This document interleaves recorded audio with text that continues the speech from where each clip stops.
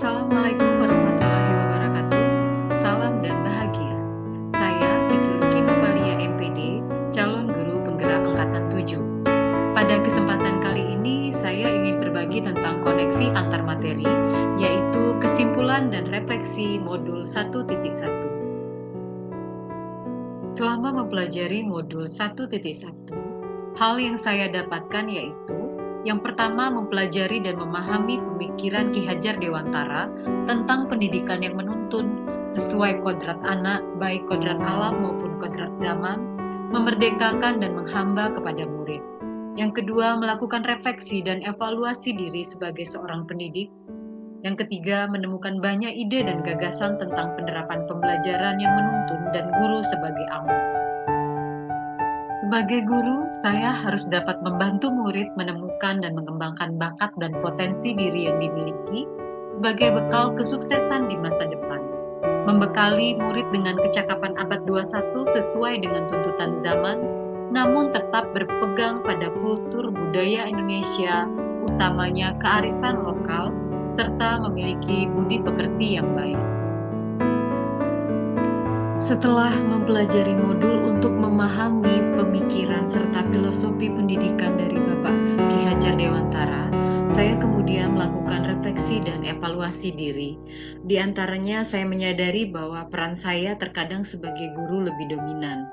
Kemudian murid kurang aktif dalam pembelajaran sehingga tentu saja membuat motivasi belajar murid menjadi kurang. Kemudian saya juga kurang memahami karakteristik murid, misalnya gaya belajar, minat, dan bakat murid yang berbeda. Kemudian saya lebih cenderung berfokus pada pencapaian materi dan KKM. Kemudian tidak melakukan refleksi pembelajaran untuk mengetahui perasaan murid selama pembelajaran. Misalnya, apakah pembelajaran yang dilakukan itu tadi menyenangkan dan bermanfaat. Ide dan gagasan yang timbul setelah mempelajari modul 1.1. Yang pertama adalah mengubah cara berpikir saya terhadap murid yang semula berorientasi nilai menjadi berorientasi pada proses.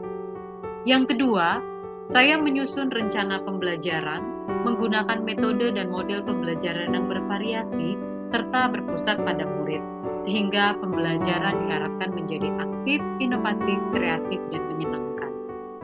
Yang ketiga, saya kemudian membuat kesepakatan atau komitmen kelas bersama murid, baik pada pelaksanaan pembelajaran maupun dalam penyelesaian tugas. Keempat, yaitu memberikan murid kesempatan untuk melakukan refleksi di akhir pembelajaran untuk mengetahui perasaan murid setelah proses pembelajaran dilaksanakan. Kemudian yang tidak kalah pentingnya adalah saya mencoba menerapkan pembelajaran yang kontekstual serta mampu memberikan kecakapan hidup dan menumbuhkan budi pekerti pada diri murid, sehingga sebagai guru tidak hanya sekedar memberikan murid bekal pengetahuan dan keterampilan semata. Kemudian menyadari sepenuhnya bahwa guru bukanlah satu-satunya sumber belajar. Banyak hal yang dapat dijadikan sumber belajar dan berada di sekitar siswa. Pendidikan haruslah mencakup dan menyeimbangkan 3 hal, yaitu yang pertama, olah hati yang akan membentuk sikap, olah pikir yang akan membentuk kognitif atau pengetahuan, kemudian olahraga yang akan membentuk psikomotor atau keterampilan. Sehingga nantinya terbentuklah suatu cipta rasa dan karsa yang akan membentuk budi pekerti murid. Implementasi ide dan gagasan yang timbul itu dapat dilakukan dalam berbagai cara ataupun strategi, baik di sekolah maupun di dalam kelas. Misalnya dengan pembiasaan 5S, senyum, salam, sapa, sopan, dan santun. Itu dapat dimulai dari hal yang sederhana. Kita ambil contoh, misalnya menyambut murid sebelum masuk di pintu gerbang sekolah. Membiasakan salam pada saat bertemu guru dan pulang sekolah. Kemudian mengucapkan maaf, tolong, dan terima kasih. Hal ini dapat dicontohkan oleh guru, sehingga nantinya guru dapat mengimplementasikan nilai dari filosofi pemikiran Bapak Ki Hajar Dewantara, yaitu Ingarso Suntolodo. Siapa yang ingin memimpin doa? Saya, Bu. Ya, silakan Nopri. Bisa.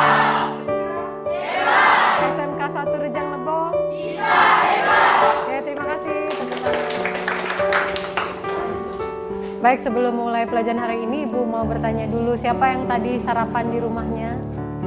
Wah, bagus. Jadi hampir rata-rata semua sarapan ya nak ya, memang bagus. Supaya bisa berenergi, kita harus memulainya dengan sarapan terlebih dahulu, supaya nanti belajarnya bisa dengan baik dan bisa menangkap pelajaran juga dengan baik. Riris ya, Riris tadi sarapan apa nak di rumah nak? Sarapan bubur ayam, Bu. Wah, bagus sekali sarapan bubur ayam. Riris tahu nggak apa kandungan yang ada dalam bubur ayam? Kira-kira zat gizinya apa? Masih kurang tahu, Bu. Masih kurang tahu. Oke, nanti kita belajar biar tahu apa sih hubungannya sarapan pagi, kandungan zat gizi dengan pembelajaran hari ini. Jadi materi kita hari ini Pembelajaran diarahkan agar dapat terkait dengan kehidupan sehari-hari serta beragam sesuai dengan kondisi dan potensi diri maupun lingkungan di sekitar murid. Menggunakan model, metode, dan media yang bervariasi sehingga membuat murid aktif dalam proses pembelajaran. Kemudian, guru dapat menerapkan pembelajaran berbasis proyek pada pembelajaran yang disesuaikan dengan materi. Pembelajaran berbasis proyek yang dilakukan murid secara berkelompok pada dasarnya merupakan karakter dari budaya Indonesia, yaitu bergotong royong dalam menyelesaikan suatu pekerjaan. Pada tahapan ini, guru dapat mengimplementasikan pemikiran atau filosofi dari Bapak Ki Hajar Dewantara, Ing Madya Mangunkarso, atau di tengah membangun gagasan serta inspirasi pada murid. Langkah yang dapat dilakukan dalam pembelajaran berbasis proyek yang pertama adalah membuat kelompok belajar yang heterogen berdasarkan hasil tes diagnostik awal serta dapat beragam dengan berbagai suku maupun agama untuk menumbuhkan karakter berkebinekaan global. Kemudian murid membuat komitmen pembagian tugas kelompoknya sesuai dengan kesepakatan kelas yang dibuat bersama. Murid bersama-sama melaksanakan tugas proyek sesuai dengan petunjuk LKPD bersama dengan kelompoknya. Pada tahap akhir, murid kemudian dapat melakukan presentasi hasil kerja proyek di kelas serta melakukan diskusi antar kelompok. Di sini guru dapat berperan sebagai among yang akan menuntun siswa. Tugas proyek merupakan upaya dalam menumbuhkan nilai-nilai profil pelajar Pancasila, yaitu bergotong royong, berkebinekaan global, mandiri, bernalar kritis, dan kreatif.